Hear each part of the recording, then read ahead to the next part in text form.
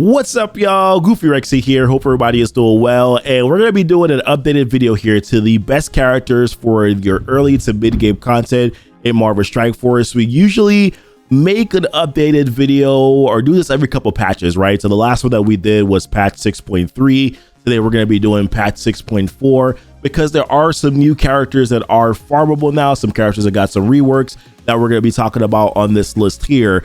And this list is, like I said, for characters that are farmable, right? Characters that are free to play friendly. That's usually what I talk about here on this list. So yes, it won't be all the characters. It will be characters that are more so easier access to gain from the early to mid game point here. And the way I usually like to go about this list is sort of breaking it down where this is a running list. So usually I'll talk about new additions to the list. We'll recap and talk about some of the old characters that were already there. And then we'll talk about characters as well that I'm going to be taking off the list as well. So let's actually dive right into it, right? The first characters we're going to talk about are going to be the new additions. And a couple of new additions I want to talk about here right out of the gate are Kate Bishop and Echo. So of course, Kate Bishop is now farmable in Mystic 3.9. Then we also have Echo, who's now farmable in the War Store, right? So these two characters are part of the Young Avengers team. We already have Squirrel Girl, Miss Marvel, America Chavez that are already on this list. Also Miles is the Young Avengers tag as well, right? The Young Avengers team is so very important for your Rogue unlock and your Rogue leveling up in terms of stars, right? So definitely a team to pay attention to because they are the best team for your Famine Scourge run for the Note 5 and your Note 10 and Famine Scourge. The one thing I will say though is Echo is in the War Store, and I can understand that the War Store is kind of challenging for some earlier players to be able to get enough credits to be able to target farm Echo. I think you get the War Store when you get to like level 50 or 55. So it's a little challenging, right? But I do think that Echo is probably one of your priority characters there, along with Scarlet Spider, and then probably like secondary options. Probably Maria Hill, I would say, is your target farm there in your War Store. So for that reason, guys, we have to throw them here. Young Avengers is also very multifaceted team in MSF, can be used in a lot of different areas. Towers out right now, they're pretty good there. Cosmic Crucible, War, of course, War Defense is where they specialize, right? All right, next on this list here is Green Goblin. So Green Goblin just got a rework here. Is a part of the Underworld team now alongside Kingpin, who got a rework. Noble, who got a rework, Taskmaster, who got a rework, and then we know that Mr. Negative is going to be a new character that's going to be a part of this team. But more importantly for me, I'm like, okay, well, he got a rework, so that makes him a little bit more viable. But then also looking at future content that you will do, if you're an earlier player, once you get to chapter level 70 in your gaming here, there is the villains chapter, there's villains nodes, right, where you're going to want to do villains chapter 7.1 through 7.3. And you're trying to figure out, okay, well, you have three options that are available. You have Hydra, which of course can be covered by Zemo, Winter Soldier. And then you have AIM. Nobody wants to use AIM because they're not a good team right now, unless they get a rework, but as it stands right now, not great. But then you have Sinister Six. Green Goblin has the Sinister Six tag. He just got a rework, part of the Underworld team. The Underworld team is pretty strong in Alliance War, mainly offense, but a lot of players are using them on defense. And that's more endgame content on defense with Spider Weaver. But I still do think that from a value perspective, Sinister Six is a good way to go. Green Goblin's a good way to go for that campaign because you can kill two birds with one stone, right? You can use Sinister Six to unlock Shuri, you can use to unlock Invisible Woman, and of course Green Goblin can be used later on for that Underworld team. I also suspect, I put this down here, I suspect that they might also be a recommended Death Scourge team, right? There's a possibility that Scopely may say, or Boundless may say, this is going to be one of the other teams that you can use for that Scourge. And at that point, you're kind of looking at it like, okay, well, maybe I might need to invest into this team. Or maybe earlier players, you guys will have more access to these characters than you will to Bionic Avengers. So therefore, not yet. It's not said yet, but that's just something that I'm thinking that might actually happen. All right. Next team on this, next couple of characters on this list here are Dr. Voodoo and Morbius. I'll be very honest, I'm not like a huge fan of Dr. Voodoo and what he does. I think it's okay. Morbius, I like a little bit better. I think that he's pretty good in Alliance War. Outside of that, though, I'm not quite sure exactly. The value is not as great, except for the fact that you kind of want to use them for Pestilence Scourge, right? So for Morgan Le Fay to be able to unlock her, you have your Web Warriors, you have your Dark Hunters that you could use for nodes 5 and then node 10. But your Dark Hunt, you kind of need Dark Hunters too, at least to sack or to take out a couple characters in node 10. So for that reason, I'm like, okay, well, now that they're both farmable, Morbius I put here, as you can see, with an asterisk, because he's technically not really farmable. He's a Blitz Orb exclusive character, so you have to open up Blitz Orbs in order to be able to get him. And if you're earlier, you're probably going to want to target farm, right? Get Gamora for Arena, get Shang-Chi for everything, get maybe She-Hulk or Miles, right? Probably Miles, and then She-Hulk later on. And then maybe you focus on trying to get Morbius by opening up your orbs, but you probably want to target farm those characters first. But still, Morbius, Dr. Voodoo, they're part of the Dark Hunters team. Now all the entire Dark Hunters team is at least easily available, right? Ghost Rider's already farmable, Elsa's already farmable, so is Mordo. Mordo's already farmable. You can use these characters in Pestilence Scourge, so yeah, they're gonna be added to this list. And then let's talk about the recap of some characters that were already here, right? So we talked last time about Iron Man and Vision. They had reworks the last time in 6.3 or 6.2. The Bionic Avengers team right now, sensational Ray team. Iron Man you can get pretty easy earlier on by using 3 shield characters to unlock him at 3 stars, which you can get very easy on in the game. And then knowing that investing into Iron Man is going to yield you some long-term long-term dividends. That's it right there. My wife just said dividends. That's the right word. So thank you. So yes, long-term, you get some dividends there from Iron Man. And then also same thing with Vision. Vision's also farmable as well. He actually, I put here, has 2 nodes to farm. Why? I also just made an amendment and said now only 1 node, because Kate took away that node that he was farmable on. But Vision, a part of that Bionic Avengers team. Bionic Avengers team is going to be used for Death Scourge. So not a bad direction to go in here by investing in that character. Hulk, also on this list too. Yes, you get him unlocked through the achievements. Great rework to be a part of the Legendary Gamma team. You're going to need that Legendary Gamma team in order to be able to unlock Apocalypse. Hulk is actually really good on that team now. Easy way to get some shards here. Synergizes with Wave 1. I should have mentioned that too with Iron Man. Iron Man also synergizes well with Wave 1 pretty earlier on too. So if you don't have a full Hero Asgardian team for a future War Scourge event, if you're an earlier player, then at least you can use Iron Man with other Wave 1 Avenger characters early to at least get you through some of War Scourge until you can unlock some of the rest of the Hero Asgardians. She-Hulk, I put her here because she's in the Blitz store. She's farmable. She's also part of the Legendary Gamma team, so therefore she's there as well. Just a recap on this, Young Avengers. We've talked extensively about Squirrel Girl and Miss Marvel, how good they are, especially for like your Heroes campaign, but then also Heroes Chapter 7. Once you get to level 70 there's going to be some good options that you have available by using Young Avengers.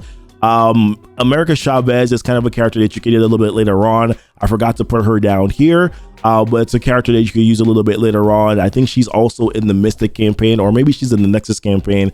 I'm kind of forgetting exactly where she is right now, but really your main early targets are probably Squirrel Girl, Miss Marvel, and then of course Kate Bishop, Echo. As you kind of progress throughout the game here, Echo and Scarlet Spider being kind of your main war store farms in that store once you finally start getting your war credits. I put down Wakandans here. Wakandans, I think, are a nice little early enough kind of team that can help you through some important content. There are some campaigns, but there's also raids, like Greek raids, right, where you literally need the Wakandans in the left side of the Gamma raids. Wakandans will definitely help out there. Shuri is easier to get now. She's a permanent legendary character. We talked about Sinister Six. You can use Sinister Six to unlock her. You can also use any Spider-Verse character as well to unlock her. We talked about Green Goblin. Green Goblin has the Spider-Verse tag. Web Warriors, a lot of the Web Warrior characters have Spider-Verse tags on them. You can use those characters to unlock Shuri here. I value Shuri and Killmonger a little bit more. Killmonger can be used in multiple Flash events. There's 3 Flash events, the Training Mat one, Payday. You can also use him as well in the Chaos Theory event with the other Wakandans. We talked about Gamma Raids, and right now I use Killmonger and Shuri in Cosmic Crucible on a hybrid team. Shuri, Killmonger, Shang-Chi, Captain Sam, and Maria Hill. Really kind of a dynamic team in Cosmic Crucible for me. We talked earlier about Gamora, Nebula, Phyla-Vell. early arena options. Philovella's kind of dropped a little bit for me because of the arena store and the fact that now Ghost Spider is in that arena store, but I do still think that Gamora and Nebula are two good characters. Nebula is available in 4.6. Gamora is available in the Blitz store. You can target farmer. I would definitely recommend target farmer her in the very beginning, just to be able to have a good solid arena character. And then Nebula is actually, while she's in Nexus 4.6, which is a little bit further along, from a beginner perspective, you can get an easy unlock for her. She's only a 15-shot unlock, so you can kind of get lucky where that's concerned. And like I said, Gamora, Nebula, Phyla kind of are an alternative to having no Eternals, because Eternals are not farmable at all, right? We talked about Web Warriors. We updated this a little bit. 4 characters are farmable now. Before, when we made this video, those characters were not farmable. Ghost Spider is now in the arena store, which I would recommend target farming her there. Scarlet Spider is now in the war store, which we talked about a little bit earlier. Miles is in the Blitz store, but also in the Heroes 3-3 campaign. Spider-Man, you're giving him on day 1, but you can also farm him from that Blitz store as well. Shang-Chi, amazing. We talked about him earlier too. Target farming from the Blitz store. And yeah, there's nothing else to be said. He's just amazing. Zemo is still kind of on this list, but I put here his stock is dropping. He is in the raid store. I don't think I'll recommend him as a target farm character anymore, unless you get to like level 70 really fast. So you're like, bro, I need Zemo, because Zemo and 4 Sinister 6 characters at like lower levels, like Zemo, like 71 in gear tier 12 or 75, whatever, right? 71 in gear tier 12. Or 70 in gear tier 12 will get you through 7-1. You may not 3-star it, but you will definitely be able to beat the nodes so that you can further along, and then come back a little bit later and 3-star those nodes once you can get your other characters built up, like maybe Winter Soldier, who you will need for Omega Red, things like that. I guess Winter Soldier from that perspective should also be on this list, right? As a character to talk about too. But yeah, Zemo, like I said, perhaps no longer a target farm, but one of your best options for Villains Chapter 7. And I put down here, he's always good for turn 1 ability blocking and also blowing up and clearing positive effects too, right? And in Secret Avengers, talked about Maria in the War store, Sharon Carter's in the Raid store. By themselves, I said they're not great, although I found some pretty good usage, but you can use them for some Doom campaign stuff. There's some good Raid characters there. It kind of, like I said, just makes sense to invest. You can use them to unlock Omega Red also. And then here's some characters that I've removed off the list, right? So I had Cloak on here before.